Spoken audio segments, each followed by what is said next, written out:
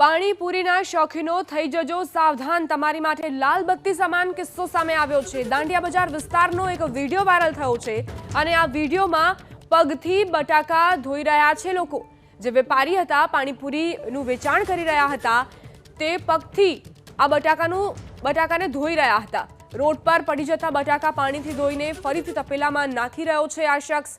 આવા લારીવાળા હાઇજીન પાણીપુરીના નામે વધુ પૈસા તો ગ્રાહકો પાસેથી વસૂલે છે, પરંતુ હાઇજીનના નામે માત્ર ને માત્ર મીંડું।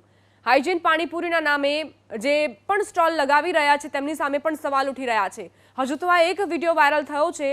અવારનવાર આવા કિસ્સા બનતા હોય છે કે જ્યારે સ્વચ્છતાનો અભાવ જોવા મળતો હોય છે અને જ્યાં જ્યાં પાણીપુરી બનાવવામાં આવતી હોય છે ત્યાં ગંદકીનું સામ્રાજ્ય જોવા મળે છે।